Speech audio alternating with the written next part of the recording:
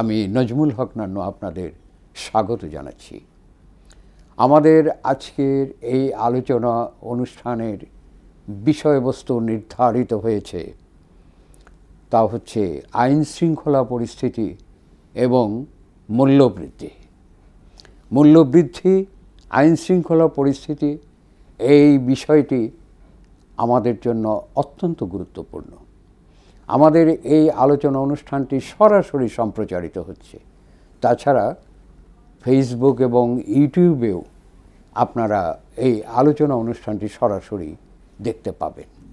তাছাড়া আগামীকাল সকাল 6:50 পুনরায় মোহনা টেলিভিশনের নিজস্ব চ্যানেলে অনুষ্ঠানটি প্রচারিত হবে। আমাদের এই গুরুত্বপূর্ণ বিষয়ের উপর আলোচনার জন্যে আজকে আমাদের আমন্ত্রণে যে দুজন বিশেষজ্ঞ আলোচক উপস্থিত হয়েছেন, রাজনীতি বিশ্লেষক এবং বিশিষ্ট বুদ্ধিজীবী, তাদের সাথে আসুন আমরা পরিচিত হই। প্রথমেই বিপ্লবী মুক্তিযোদ্ধা শেখ রফিকুল ইসলাম বাবলু, সভাপতি ভাসানী জনশক্তি পার্টি, আপনাকে স্বাগত। ধন্যবাদ জানাচ্ছি আপনাকে। এবং এরপরে সিনিয়র সাংবাদিক মোস্তফা কামাল মজুমদার, তিনি নিউ নেশন পত্রিকার সম্পাদক ছিলেন, তিনি একজন বিশিষ্ট সাংবাদিক নেতাও বটে। আপনাকেও আমাদের এই অনুষ্ঠানে স্বাগত জানাই। ধন্যবাদ। শুধু দর্শক, আমাদের আলোচনা অনুষ্ঠানের এই দুটো বিষয় ছাড়াও তো আরও অনেক বিষয় আছে। কত সমস্যা, কত সংকট, কোনটা রেখে কোনটা আমরা আলোচনা করব সেটাও একটা সমস্যা। তবুও আমরা এর মাঝেই জনগণের জন্য যা কিছু মঙ্গলজনক এবং যা কিছু প্রয়োজন, সেই বিষয়গুলোই আমরা সংক্ষেপে আলোচনা করার জন্য প্রচেষ্টা নেব। প্রথমেই আমি শেখ রফিকুল ইসলাম বাবলুকে বলি যে আমাদের আজকে যে আইন শৃঙ্খলা পরিস্থিতি, এই পরিস্থিতির পর্যায়টা এমন হলো কেন? যেমন আমি জানতে চাই যে পুরনো রাষ্ট্র কাঠামো বা রাষ্ট্রযন্ত্র যেভাবে সাজিয়ে রাখা হয়েছিল, সেটার কতটা পরিবর্তন হয়েছে? আজকে 16-17 বছর একটি সরকার, যাকে স্বৈরাচার অথবা ফ্যাসিস্ট গভর্নমেন্ট বলে অভিহিত করেছেন অন্যান্য দলগুলো, কতটা পরিবর্তন হয়েছে? পুলিশ প্রশাসন এবং যে ব্যুরোক্রেসি আছে, কতটা তারা করেছেন? এবং যে থানাগুলো আছে এবং ইউএনও এবং ডিসি, এই যে সামগ্রিক একটা প্রশাসন যন্ত্র, তারা যদি অ্যাক্টিভ না হয়, সহযোগিতা না করে, আপনি আইন শৃঙ্খলা পরিস্থিতি কেমন করে আপনি সুষ্ঠুভাবে আনবেন? আপনি বলুন, আপনি বিশ্লেষণ করুন আমাদের আইন শৃঙ্খলা পরিস্থিতি এবং কিভাবে এটাকে সংস্কারের মাধ্যমে এটাকে একটা সফল অবস্থানে নেওয়া যায়। আপনি বলুন। ধন্যবাদ নানু ভাই। ধন্যবাদ। আমি প্রথমেই আমার সমালোচক মোস্তফা কামাল মজুমদার, যিনি নিউ নেশন পত্রিকার মতো একজন পত্রিকার এডিটর ছিলেন, উনি উপস্থিত হয়েছেন, ওনাকে ধন্যবাদ। আমি ঈদের আগামীকালকে সকালেই আমাদের ঈদুল আজহা আমরা পালন করতে যাচ্ছি। সেই ঈদুল আজহা উপলক্ষে এই দেশের মানুষ এবং এই মোহনা টেলিভিশনের অগণিত দর্শক শ্রোতা সবাইকে ঈদুল আজহার শুভেচ্ছা জানাচ্ছি এবং নান্নু ভাইকে সহ আমরা ঈদুল আজহার শুভেচ্ছা জানাচ্ছি। এবং আজকের এই অনুষ্ঠানে উপস্থাপক নান্নু ভাই, উনি যে প্রশ্নটি নিয়ে আসছেন, সেই প্রশ্নের মধ্যে আমি প্রথমেই আইন শৃঙ্খলা পরিস্থিতির কথা উনি উল্লেখ করেছেন। নানু ভাই, এখানে আইন শৃঙ্খলা বলতে দেশের যে অবস্থা হয়ে গেছে, আমি তো মনে করি যে এটা এই দেশের কোনো এক জায়গায় কোনো কিছু একটা ঘটছে যেটা আমরা কেউ বুঝতে পারতেছি না। না হলে এইভাবে একটি সরকার 2/3 মেজরিটি নিয়ে ক্ষমতায় আসলো, ক্ষমতায় আসার পর কেন আইন শৃঙ্খলা পরিস্থিতির এই অবস্থাটা হলো? তারা কোনোভাবেই কোনো সেক্টরে তারা কন্ট্রোল করতে পারতেছে না। আমি সবচেয়ে উল্লেখযোগ্য জিনিস, আমরা যারা রাজপথে আন্দোলন করেছি, একটা রিজিম চেঞ্জ করেছি, ফ্যাসিবাদ মুক্ত বাংলাদেশ আমরা করলাম, করার পর থেকেই আমরা দেখতেছি যখন ইউনূস সাহেবের অন্তর্বর্তীকালীন সরকারের আমল, সেই 15 মাসের সরকার, 15 মাস না 18 মাসের সরকার, সেই সরকারের সময় যে মব সৃষ্টি হয়েছে, সে মবটা এখনো বর্তমান সরকার বন্ধ করতে পারেনি। এত জনপ্রিয় সরকার, 212 সিট, 300 সিটের মধ্যে 212 সিট পেয়ে যারা ক্ষমতায় আসলেন, তারা এসে মবটা বন্ধ করতে পারতেছেন না। এখন প্রতিনিয়ত, প্রতিদিন, প্রতিক্ষণে মব চলতেছে এবং কিশোর গ্যাং। আমি আপনাকে বলি যে কিশোর গ্যাং শুরু হয়েছে, আমি সেই দিন আমাদের একটা বড় অনুষ্ঠান ছিল ইয়েতে, শহীদ মিনারে, সেখানেও আমি বলেছি যে এই যে হাতিরঝিল, ঢাকা শহরের প্রাণকেন্দ্র, এই হাতিরঝিলে এই কিশোর গ্যাংরা, সেখানে তারা 20-25 জন জমায়েত হচ্ছে, 2 জন মোটরসাইকেল নিয়ে গাড়ির সঙ্গে লাগাই দেয়া 20-25 জন সঙ্গে সঙ্গে এসে গাড়ি ঘেরাও দিচ্ছে, দিয়ে তাদের কাছ থেকে লুটপাট করে দিয়ে যাচ্ছে। ঢাকা শহরের প্রাণকেন্দ্র, হার্ট অফ দ্য সিটি, এই হাতিরঝিলের কিশোর গ্যাং এর অত্যাচার। আমি আরেকটা ঘটনা বলি। আমি সেই দিন 16 মে ফারাক্কা লং মার্চ দিবস ছিল, 14 তারিখ এক বোন এসে একটা কার্ড নিয়ে এসে আমার সঙ্গে দেখা করলেন। অফিসে আমাদের লোক ভর্তি, সে একজন গার্মেন্টস ফ্যাক্টরির মালিক। এই মহিলা, তার 200 মেশিন আছে সেই গার্মেন্টস ফ্যাক্টরিতে, কিন্তু এই কিশোর গ্যাংয়ের জন্য গার্মেন্টস ফ্যাক্টরি তিনি চালাইতে পারতেছেন না। তারা চাঁদা দাবি করতেছে, শ্রমিকদেরকে উত্ত্যক্ত করতেছে, মহিলাদেরকে উত্ত্যক্ত, এমনকি ওই মহিলা কেঁদে কেঁদে আমাদেরকে জানাইলো, আমাদের অফিসে সমস্ত আমরা স্বাভাবিক 16 তারিখে আমাদের প্রোগ্রাম, 14 তারিখে আমরা খুবই ব্যস্ত, এত বড় প্রোগ্রাম। সেখানে মহিলা কেঁদে কেঁদে বলল যে ভাই, আমার দিকেও তাদের দৃষ্টি এসে গেছে, আমি যদি কাউকে বিচার দিতে যাই তারা আমাকে নিয়ে। হ্যাঁ, আপনার শুনুন, আপনার এই ব্যক্তিগত অভিজ্ঞতার কথা বললে অনেক সময় নেবে। জি, আপনি সামগ্রিক দেশকে দেখুন, জি, সমস্ত দেশগুলোতে ঘুষ দুর্নীতিতে পড়ে গেছে। কিশোর গ্যাংটা তো দেশের মধ্যেই, দেশের মধ্যেই এই যে অবস্থা, আইন শৃঙ্খলা কত অবনতির হলে এই অবস্থার সৃষ্টি হয়। চাঁদাবাজি, কি ব্যাপক পরিমাণ চাঁদাবাজি বেড়ে গেছে নির্বাচনের আগে। আচ্ছা, এখন এইসব সমস্যার সমাধানের জন্য কি করতে হবে সেটা বলেন। এইসব সমস্যার সমাধানের জন্য আমাদের যে এই আইন শৃঙ্খলা বাহিনীতে যারা কাজ করছেন, তারা, আমি এখানে খুব এর সঙ্গে জানাচ্ছি, সেটা হলো আগে পুলিশ দেখলে মানুষ ভয় পাইত, আর এখন পুলিশ যদি দেখে যে 4-5 জন লোক এক জায়গায় হয়েছে, পুলিশ ভয় পায় মানুষকে। এই যে পুলিশের মধ্যে যে এই অবস্থাটা সৃষ্টি হয়েছে, মরালিটি ধ্বংস হয়ে গেছে, এই মরালিটিটাকে পুলিশের জাগ্রত করতে হবে। আর এই যে আইন শৃঙ্খলা মব সৃষ্টি হচ্ছে, মব সৃষ্টির বিরুদ্ধে আমি মনে করি, আমার ব্যক্তিগত অভিমত, যে জনগণের মাঝে গণসচেতনতা বাড়াতে হবে, যে না, মব সৃষ্টি করা যাবে না, আইন নিজের হাতে তুলে নেওয়া যাবে না। আইন নিজের হাতে তুলে নিলে এই অবস্থা হতে পারে।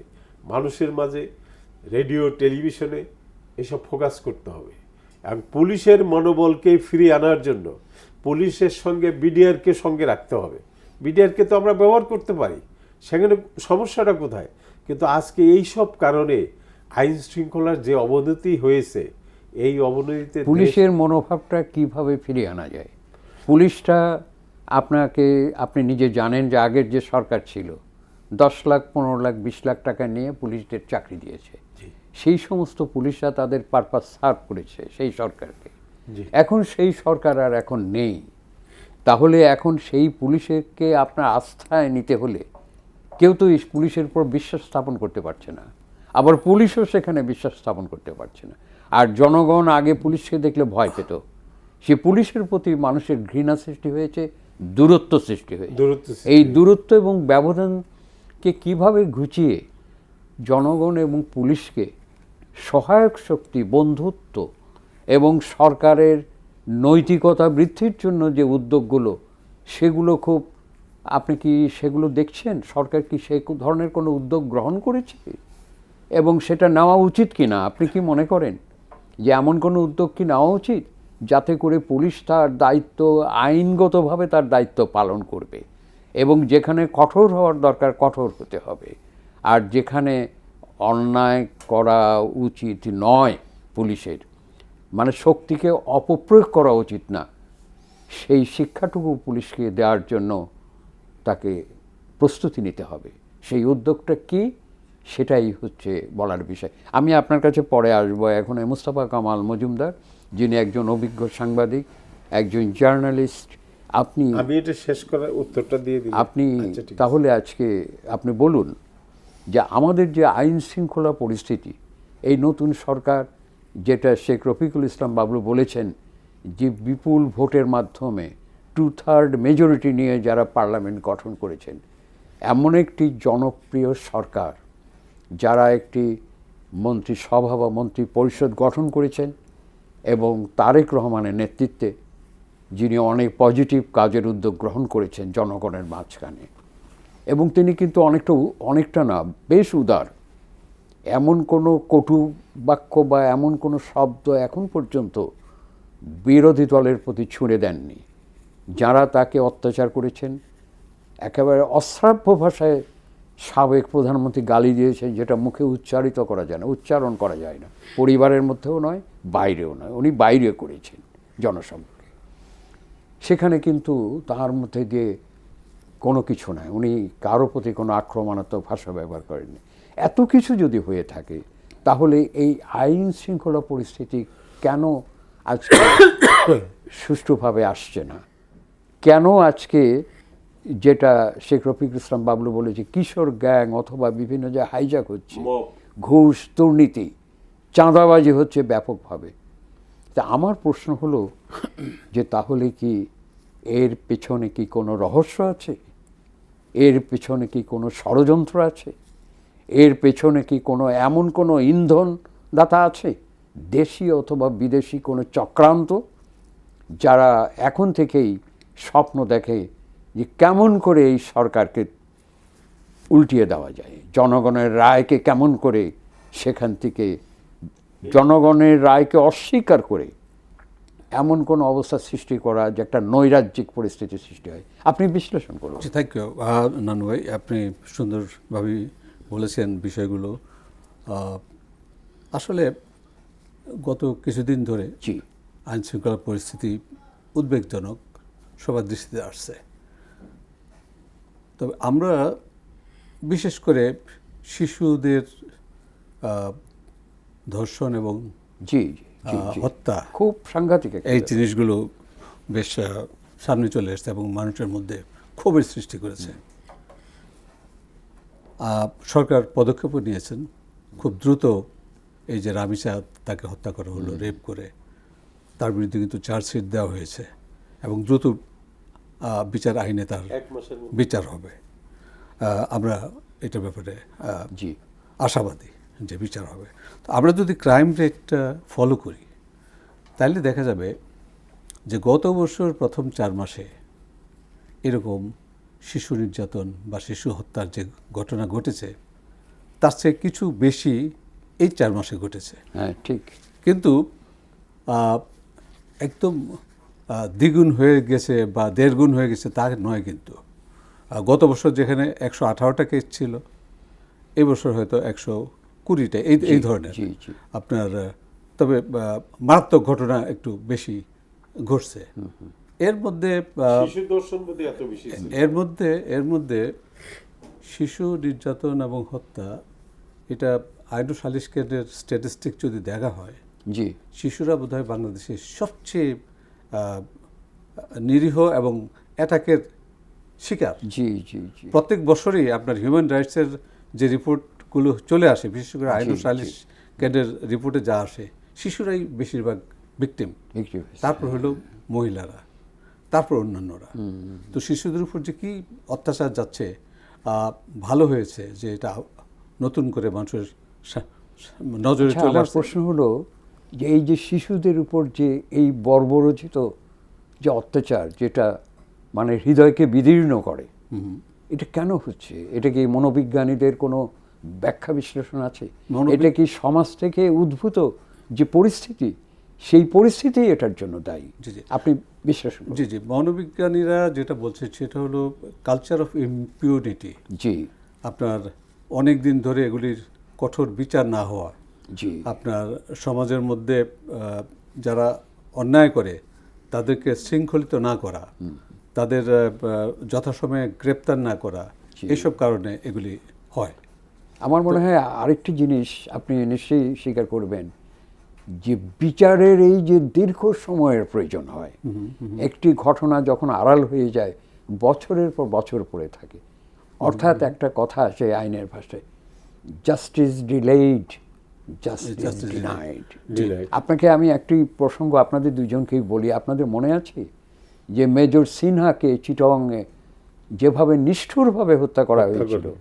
আবার ওই যে দীপক দাস নাকি একজন ছিল, জি, সে মৃত্যুর পরেও তার গলার উপর পা রেখে, তার কণ্ঠের উপর পা রেখে চাপ দিয়ে আবার দুটো গুলি করা হয়েছিল। এই নিষ্ঠুর অত্যাচারের বিচার হয়েছে, মৃত্যুদণ্ড কিছু একটা হয়েছে, মৃত্যুদণ্ড বা মৃত্যুদণ্ড কিছু ঘোষণা হয়েছে, কিন্তু কিন্তু কার্যকর হয়নি। কার্যকরী হওয়ার ক্ষেত্রে আড়াল হয়ে গেছে। তো আচ্ছা, আপনি বলতে থাকুন হ্যাঁ, যেখান তো- থেকে তো বলছিলেন। বিচারের দীর্ঘসূত্রিতা এটা একটা কারণ। বিচার সময় মতো না হওয়া, জি। মানুষের আস্থা যখন কমে যায় বিচার ব্যবস্থার, তখন তারা আইন হাতে তুলে নেয়। সেটা হলো একটা দিক, জি যেটা ওই মব কালচারের কথা বলা হলো। আপনার প্রায় একদিন দুই দিন পরে কিন্তু বিভিন্ন জায়গায় Mob culture, মবের জি, কাছে জি, মানুষ জিম্মি হয়ে যাচ্ছে এবং মানুষ মারা যাচ্ছে। তবে আমি বলবো, আমরা যদি আমাদের এই ক্রাইম সিচুয়েশনকে আগের সাথে তুলনা করি, একটু বেড়েছে, কিন্তু আমাদের ক্রাইম সিচুয়েশনটা এরকমই। জি জি আমরা কখনই ক্রাইমের উপর নিয়ন্ত্রণ জি জি, প্রতিষ্ঠা সত্য, করতে খুব পারি সত্য, হ্যাঁ ঠিক বলেছেন। তো এখন একটা গণতান্ত্রিক সরকার ক্ষমতায় আসছে, তারা আশা করি আস্তে আস্তে পারবে।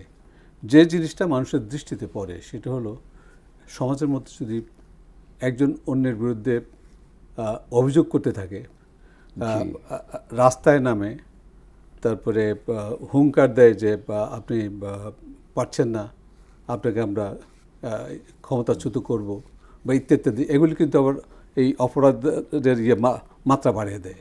যারা অপরাধ করে অপরাধকারী তাদের উৎসাহিত করে এই ধরনের বক্তব্য। উৎসাহিত। তার মানে অপরাধ করার গণতান্ত্রিক অধিকার। না, ঠিক তা না। আপনার অপরাধ করার একটা পরিস্থিতি সৃষ্টি হয় যখন যে দলগুলি, যেমন বর্তমানে যে দলগুলি ইয়েতে আছে, সংসদে আছে, তার যদি পরস্পর বিরোধী বক্তব্য দেয়, ছাত্র সংগঠন যদি পরস্পর বিরোধী বক্তব্য দেয়, ক্যাম্পাসে যদি তারা একজন আরেকজনের উপর আক্রমণ করে, একজন আরেকজনের বিরুদ্ধে উচ্ছেদ, এই ধরনের বক্তব্য দেয়, তখন যারা ফ্রিঞ্জে থাকে তারাও তাদের অন্যায় কাজকর্ম বাড়িয়ে দেয়। তো এই মুহূর্তে কিন্তু মোটামুটি পলিটিক্যাল অ্যাটমসফিয়ারটা খুব কনজিনিয়াল না, প্রত্যেকের বিরুদ্ধে বক্তব্য দিচ্ছে। আবার আওয়ামী লীগ যারা দেশ থেকে চলে গেছিলেন, তাদের নেতৃত্বের প্রায় সবাই, তারাও এখন বক্তব্য দিচ্ছে। জি। তারাও মানে আবার মাঠে আসার কথাবার্তা বলতেছে, কিছুটা উস্কানিও দিচ্ছে। এবং জায়গায় জায়গায় আপনার রাস্তাঘাটে তাদের লোকজন বিরোধী পক্ষের সাথে সংঘর্ষে লিপ্ত হচ্ছে। সংঘর্ষে লিপ্ত হচ্ছে। তো একটা পরিস্থিতি সৃষ্টি হয়েছে ক্রাইম বাড়ার, জি এটা আমাদের রিকগনাইজ করতে হবে। তো আর পুলিশ গত যে জুলাই আন্দোলনের সময় যেরকম একটা চাপের মুখে পড়েছিল, সেই চাপের কারণে তাদের আবার যে সংগঠিত করে আবার নিয়ে আসা হয়েছে, এটা কিন্তু অনেকটা হয়েছে, অনেকটা হয়েছে, ঠিক, অনেকটা correct। হয়েছে। তো তাদের আগের মতো আশা করা ঠিক হবে না যে বললেই তারা সঙ্গী নিয়ে মানুষকে ধাওয়া করবে, এটা চিন্তা করা আপনার কথাটা খুব অত্যন্ত পজিটিভ। এই সরকার মাত্র 3 মাস এসছে, জি। এসে এই 17 বছরের জঞ্জাল 3 মাসেই শেষ এটা করবে, কোনোদিনই সম্ভব এটা নয়। অসম্ভব। অসম্ভব। তো কাজেই আমার মনে হয় পুলিশকে তারা থানায় নিয়ে এসেছে, তারা কাজ করতেছে, কাজ শুরু করেছে আস্তে আস্তে জিনিসটা। জি, আমি কতগুলি অবজেক্টিভ কন্ডিশন বললাম, যে কন্ডিশনগুলির কারণে ক্রাইম ইন্সপায়ার্ড হচ্ছে, জি যে প্রত্যেকের বিরুদ্ধে বক্তব্য দেওয়া, রাজনৈতিকভাবে হুমকি দেওয়া, এগুলি কিন্তু যারা ক্রাইম করে তাদেরকে উৎসাহিত করে যে হ্যাঁ, সুযোগ আসছে, এখন তো এরা লেগে গেছে, আমরাও কিছু একটা করি। তো এটা আমাদের যারা সমাজপতি, যারা রাজনীতি করেন, তাদের এটা খেয়াল রাখতে হবে যে সমাজের শান্তি শৃঙ্খলা রক্ষা করতে হলে আমাদের মধ্যে আগে কথাবার্তা একটু গুছিয়ে। আমি আপনার মাঝখানে একটু কথা বলি, বলেন। সেটা হলো এই যে ছাত্রদের সাথে এক দলের সাথে আরেক দলের সংঘর্ষ আপনি নিজেও দেখেছেন, আপনি জি। তো ছাত্র নেতা ছিলেন, আপনিও তাই। একটা জিনিস হলো কি জানেন, যে 70 সালে অথবা তার আগে সেই সময় এক ছাত্র সংগঠনের অন্য ছাত্র সংগঠনের সংঘর্ষ হতো, মারামারি হতো। এবং তখন আমি তখন ছাত্র ইউনিয়নের সেক্রেটারি ছিলাম, জেনারেল সেক্রেটারি ছিলাম 70 সালে, ওনারা ছিলেন সকলে। তাই ওর কিন্তু একটা শিল্প সৌন্দর্য ছিল ওই মারামারি। জি, জি। মারামারি হলো, সব কিছু হলো, আবার মধুর হ্যাঁ, ক্যান্টিনে আবার বসে। মধুর ক্যান্টিনে একসাথে একসাথে বসে একসঙ্গে বসে চা চা খাচ্ছে, খাইতো। একজন বলছে দোস্ত কেমন আছিস, এখানে কিন্তু একটা তুলো দিয়ে একটা ব্যান্ডেজে মাথা আছে। অর্থাৎ এর একটা শিল্প সৌন্দর্য ছিল। মারামারি হয়ে গেল, মানে ক্লান্ত হয়ে গেল, সব রাগটা চলে গেল, আবার বসে চা খেলো। কিন্তু এখন কিন্তু তা নেই। একবার একেবারে দেখে নেই। ইউনিভার্সিটি থেকে বের করে দিচ্ছে আর তাকে ঢুকতেই দেয় না। এই তো আমরা তো দেখলাম এর আগের সরকার তাই করেছে। আচ্ছা, আপনি বলতে থাকেন। তো এখন এই যে আমরা সবচেয়ে বেশি মানুষের কষ্ট দিয়েছে, মনে কষ্ট পেয়েছে রামিসার ঘটনাটায়। পাশের রুমে থাকে একটা বিবাহিত ছেলে, সেই ছেলেটা বাচ্চাটাকে 8 বছরের মেয়ে, ক্লাস 2-তে পড়ে, তাকে নিয়ে গেল, নিয়ে ধর্ষণ করলো এবং মেরে ফেললো, অল্প কিছুক্ষণের মধ্যে মেরে ফেললো। তো এটা আপনার তার ওয়াইফকে এখন দায়ী করা হচ্ছে, কিন্তু এই ধরনের অপরাধী সব দেশেই থাকে। আপনার আমাদের দেশে হয়েছে, আমরা খুবই দুঃখিত এবং আশা করি তার দ্রুত বিচার হবে। তো সাথে সাথে এই দ্রুত বিচারের সাথে কিন্তু আপনাকে একটি জিনিসকে অনেকেই কিন্তু মানে ভুল বুঝছে, সেটা হলো যে 7 দিন 10 দিনের মধ্যে বিচারের একটা রায় কার্যকরী হোক বা 1 মাসের মধ্যে, এরকম একটা চিন্তা অনেকের মধ্যে আছে। কিন্তু এখানে কিন্তু একটা প্রশ্ন আছে। প্রশ্নটা হলো যে আপনার আইনটা আগে করতে হবে। আইনে যদি একজন অপরাধী যদি আপনার আপিলের সুযোগ পাবে, এটা তো আইনে আছে, সুতরাং সেটা নিষ্পত্তি করতে হলে অনেকগুলো রায়কে কার্যকরী করতে হলে অনেকগুলো পদক্ষেপ পার হতে হবে। জি, সুতরাং আইনটাকে আগে করতে হবে, যেখানে আইনসভা আছে সেখান থেকে পাস করে, তাহলে একটা বিচার 7 দিনেও হতে পারে, 1 মাসেও হতে পারে। না, আপনার মার্ডারের আইন আছে, মার্ডারকে কীভাবে বিচার করতে হবে, শাস্তি দিতে হবে, এগুলি দ্রুত বিচার আইন আছে। Well prescribed. এখন দ্রুত বিচারে এটা মানে দ্রুতভাবে বিচার প্রক্রিয়াটা শেষ করা, এটার কথাই বলা হচ্ছে। এটাই বলছি। এটা আছে, এটা আইন আছে। তা এখন বলা আছে মনে করেন 45 দিনের মধ্যে শেষ করা লাগবে, বিচার শেষ করা লাগবে। এখন যদি 15 দিনের মধ্যে শেষ করে, তাতে কিন্তু আইনে বাধা নাই। 15 দিনের মধ্যে যদি শেষ কথা বলতেছি যে এতদিন বলা আছে, তার চেয়ে কম দিনে যদি করতে পারে তাহলে বাধা নেই। মানুষের সেন্টিমেন্টটা ইজ রানিং ভেরি হাই। আপনার তো একটা রায় হবে, আবার তো আপিল হবে, সে তো হবে, আবার বিচার হবে, ডেট পড়বে, আবার হবে। সুতরাং এটার জন্য আপনার আইনের পদ্ধতিগত একটু ধারাগুলোকে সংশোধন প্রাথমিক বিচারটা তো শেষ হবে, অবশ্যই তারপরে হবে আপিল, তারপরে উচ্চ আদালতে ধীরে ধীরে কনফার্মেশন, তারপরে ডেথ রেফারেন্স, এগুলো অনেক বিষয় না, আছে। সেই জন্যই বলছি যে এটা একটা আইন পদ্ধতিগত অবস্থান করলে তাড়াতাড়ি হয়ে যাবে। আছে, অলরেডি এটা আছে। এখন মানুষের মধ্যে যে সেন্টিমেন্ট হয়েছে, যেমন ওই যে বাচ্চারা যে স্কুলে রামিসা পড়তো, আপনি বলছেন যে আছে, কই কার্যকরী হচ্ছে না তো। ওই যে আপনার মেজর সিনহার, ওটা তো কার্যকরী হয়নি, কারণটা কি? একটু ইমপ্লিমেন্টেশন ডিলে হচ্ছে। আপনার আইনটা আছে কিন্তু আইনটা কার্যকরী হচ্ছে না, সেটাই তো সেটাই। তো আপনার আইনের প্রয়োগ নেই, প্রয়োগটা নেই। এই ক্ষেত্রে মানুষের যে সেন্টিমেন্ট, যে সে যে মেরেছে, এটা মোটামুটি প্রমাণিত। এটা আরও মানে আইনগত দিক থেকে যাতে কোনো রকম লুপহোলস না থাকে, সঠিকভাবে আপনার যে তার অটোপসি রিপোর্ট হয়েছে, তারপরে তার সে তো স্বীকারও করেছে, সব কিছু মিলে তার যে ক্লাস ফ্রেন্ডরা বা পাশে যারা বসতি স্থাপন করে আছে, তাদের হলো যে এরা আমাদের হাতে দিয়ে দাও, আমরা আমাদের বিচার করে নিই, নিজে হাতে বিচার করে নিই। এটা কিন্তু আরেকটা নৈরাজ্যের আরেকটা- দিকে নিয়ে যাবে। আবার আরেকটা ছেলে পাশাপাশি ছোট্ট একটা বাচ্চা ছেলে কিন্তু তার বোনকে রেপ করার কারণে রেপিস্টকে সে হত্যা করেছে এবং তাকে কিন্তু পুলিশ অ্যারেস্ট করেছে এবং এটা কিন্তু আপনার সোশ্যাল মিডিয়াতে আসছে। ঘুরপাক খাচ্ছে।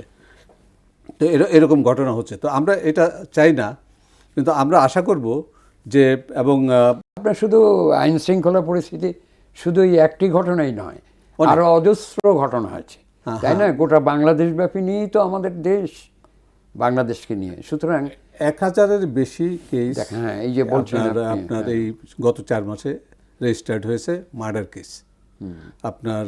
আচ্ছা, তাহলে এগুলো কত দ্রুত গতিতে এগুলো বিচারের আওতায় এনে স্বল্প সময়ের মধ্যে বিচার করে একটা উদাহরণ সৃষ্টি করে জনমনে যাতে করে আপনার এই যে নিজের হাতে আইন তুলে স্বস্তির নেওয়া, নিঃশ্বাস ফেলতে মব পারে। সন্ত্রাস সৃষ্টি না করা, আইনের প্রতি যত শ্রদ্ধা বাড়বে, আস্থা বাড়বে, মব সন্ত্রাস আমার মনে কমে হয় যাবে। যে হোম মিনিস্টার এবং প্রাইম মিনিস্টার হ্যাভ সাকসিডেড যে পুলিশকে মানে পার্সু করে যে তোমরা চার্জশিট দাখিল করো, তারা চার্জশিট অলরেডি দাখিল করেছে এবং আপনার এই জুনের 1 তারিখে ট্রায়াল শুরু হবে। জি জি, তো so this is a progress এবং এটা শুধু এই বেলায় না, রামিসা হত্যার বেলায় না, প্রত্যেকটা হত্যাকাণ্ডের বেলায় যেন হ্যাঁ এটা হয়। সেটাই। আপনি শুধু এই একটার কথা না, বলছেন, একটার কথা বলছি না, না, আমি- সবগুলোতেই হবে। যে হ্যাঁ। উদ্যোগটা গ্রহণ করেছে এটা তো আমরা সকলেই জানি, কিন্তু আমরা সামগ্রিকভাবে যাতে দ্রুত গতিতে যাতে বিচার প্রক্রিয়া হয়, আর পুলিশের ক্ষেত্রে যাতে তারা অ্যাক্টিভ হয়,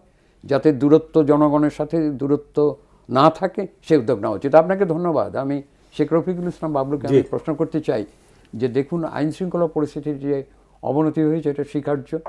ঘুষ দুর্নীতি বেড়েছে, চাঁদাবাজি বেড়েছে, এটাও আইন শৃঙ্খলা পরিস্থিতিতে যারা দায়িত্বে আছে তারা যদি অ্যাক্টিভ হয়, তারা যদি নিজের দায়িত্ব তখন চাঁদাবাজি সচেতনতা- কমে হ্যাঁ, যাবে। তাহলে কমে যাবে। এখন আপনার কাছে আরেকটি প্রশ্ন, যে মানুষকে বেঁচে থাকার জন্য প্রতিদিন বাজারে যেতে হয়, অথবা বাজারের যা কিছু আপনি ক্রয় করবে ওই রিপ্লাইটা নেবেন না, সেগুলো আইন শৃঙ্খলার। তাকে আজকে এখানে এই অবস্থার মধ্য থেকে আজকে জিনিসপত্রের মূল্য এত বেশি বৃদ্ধি পেয়েছে, এটা আমাদের আলোচনার বিষয় ছিল। সে প্রসঙ্গে আপনার অভিমতকে, আপনি কি আইন শৃঙ্খলা পরিস্থিতি আরেকটু বলতে চান? না, ওই যে আপনি যে প্রশ্নটা করছিলেন সেই প্রশ্নটার উত্তর আমার কাছে না নিয়ে আপনি ওনার কাছে গেছেন, সেই জন্য আমি বলতে চাচ্ছি।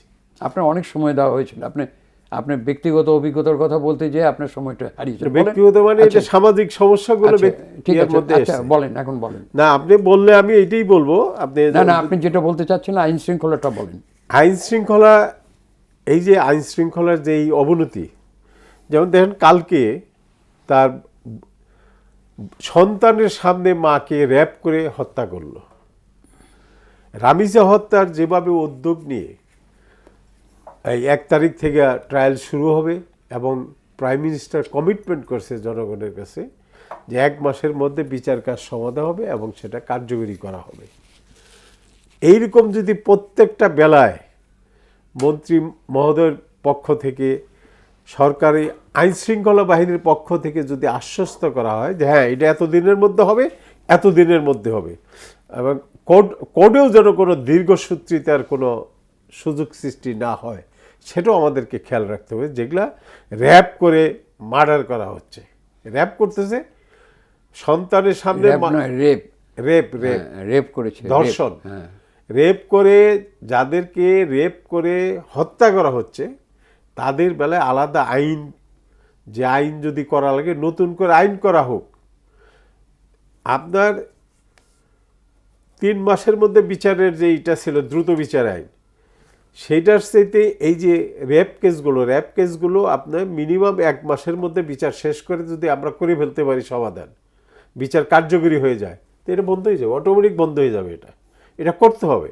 আমি এই জায়গায় এই প্রধানমন্ত্রীর কথাই আমি বলেছিলাম যে এটার জন্যই তো একটা আইনের কিছু সংশোধনী প্রয়োজন আছে, অবশ্যই আছে। বলে আরো ঠিকই বলেছেন আপনি। আরো ঘটনা আছে, সরকারের তরফ থেকেও কিছু ত্রুটি বিচ্যুতি দেখা দিচ্ছে। আচ্ছা আচ্ছা, বলুন। যেমন ইদানিং হঠাৎ করে 25 জন ডিআইজি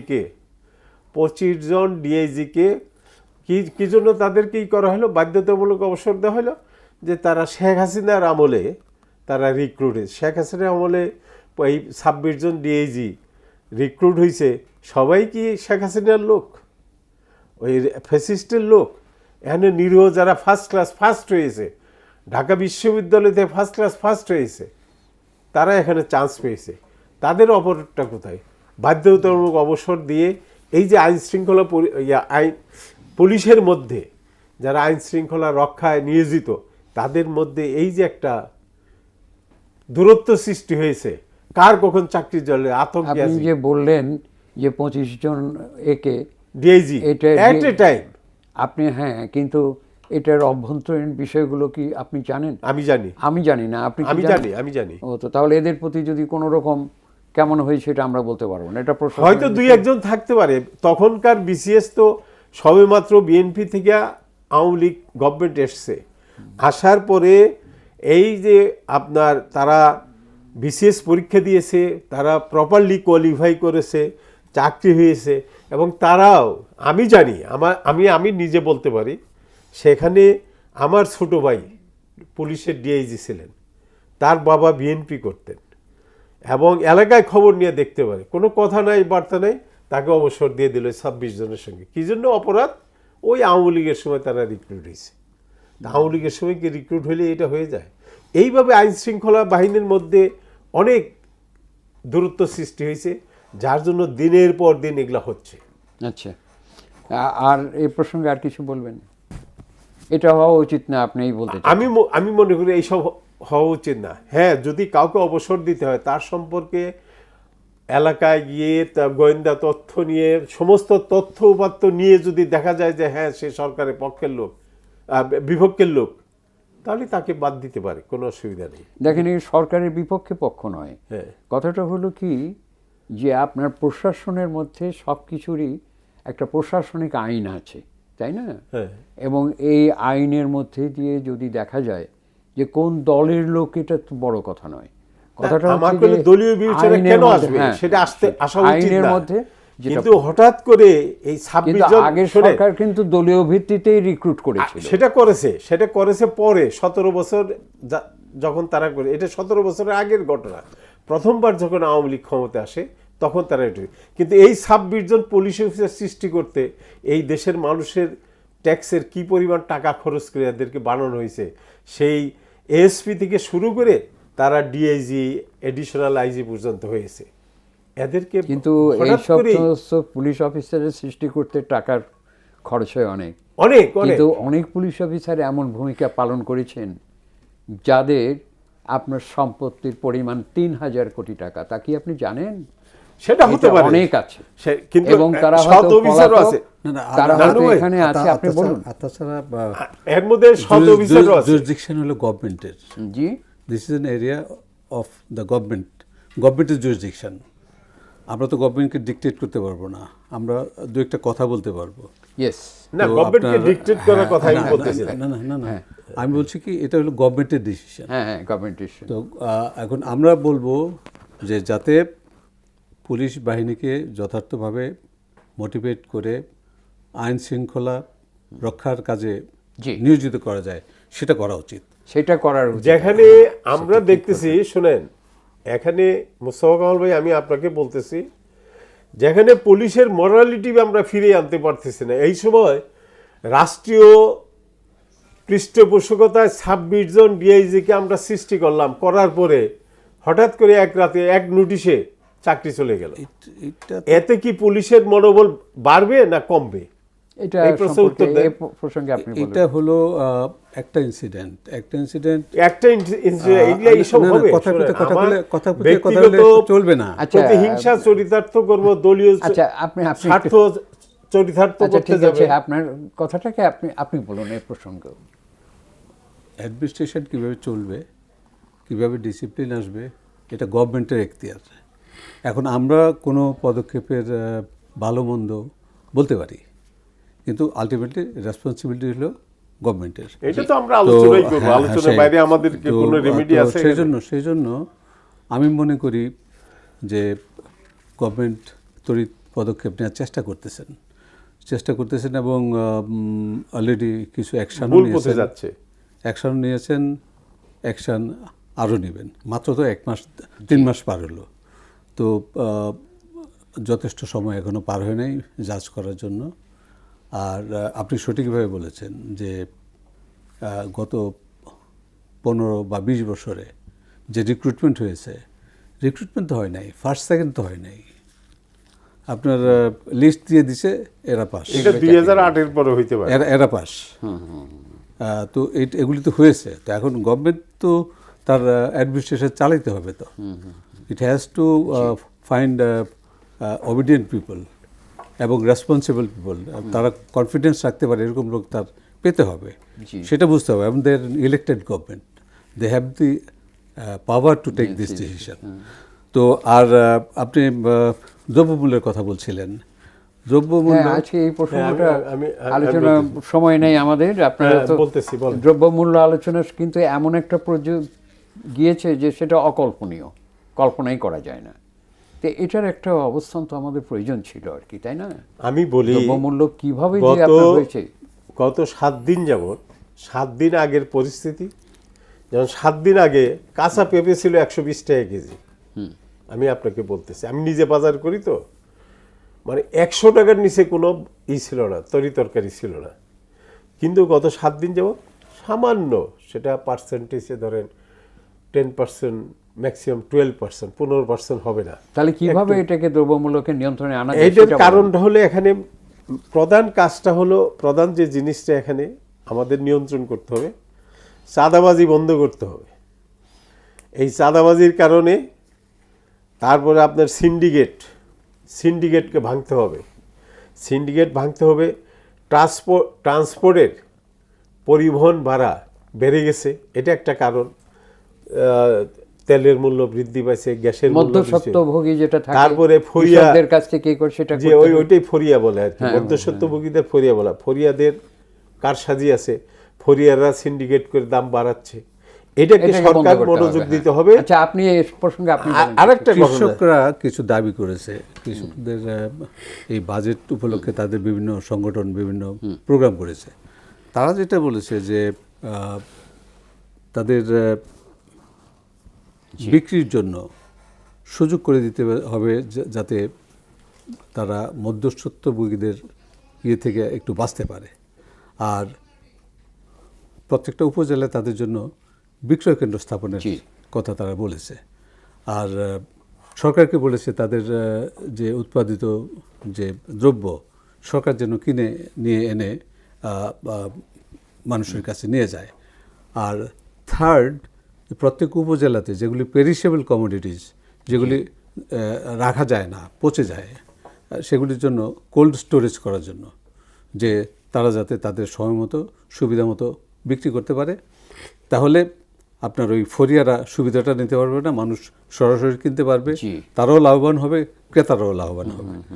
তো এখানে কিছু জিনিস সবারই নিয়ন্ত্রণের বাইরে ছিল। সেটা হলো এই যে একটা যুদ্ধ হয়ে গেছে, যুদ্ধের কারণে যে আপনার তেলের দাম বেড়ে গেছে, পরিবহনের দাম বেড়ে গেছে, সমস্ত কিছুরই একটু অগোছালো, সেটাকে গুছিয়ে নিতে হবে, তাই না? এটা গুছিয়ে নিতে হবে, ঠিক আছে। তো বা আপনার মার্কেটিংটা যাতে অর্গানাইজড হয়, সেটার জন্যই আমাদের প্রচেষ্টা অব্যাহত রাখতে। ধন্যবাদ আপনাদের দুজনে, আমাদের হাতে সময় নেই, আপনাদের অনেক ধন্যবাদ। শুধু দর্শক, আগামীকাল পবিত্র ঈদুল আজহা। আমাদের এই পবিত্র ঈদুল আজহাতে মোহনা টেলিভিশনের আমাদের এই অনুষ্ঠানের পক্ষ থেকে আমরা 3 জন সমস্ত পৃথিবীর মানুষের, জাতি ধর্ম নির্বিশেষে সকল মানুষের প্রতি আমাদের শুভেচ্ছা, ভালোবাসা, এবং আমরা চাই যে সকল মানুষ যেন সমচিন্তার ভিত্তিতে বন্ধুত্বকে বজায় রাখে।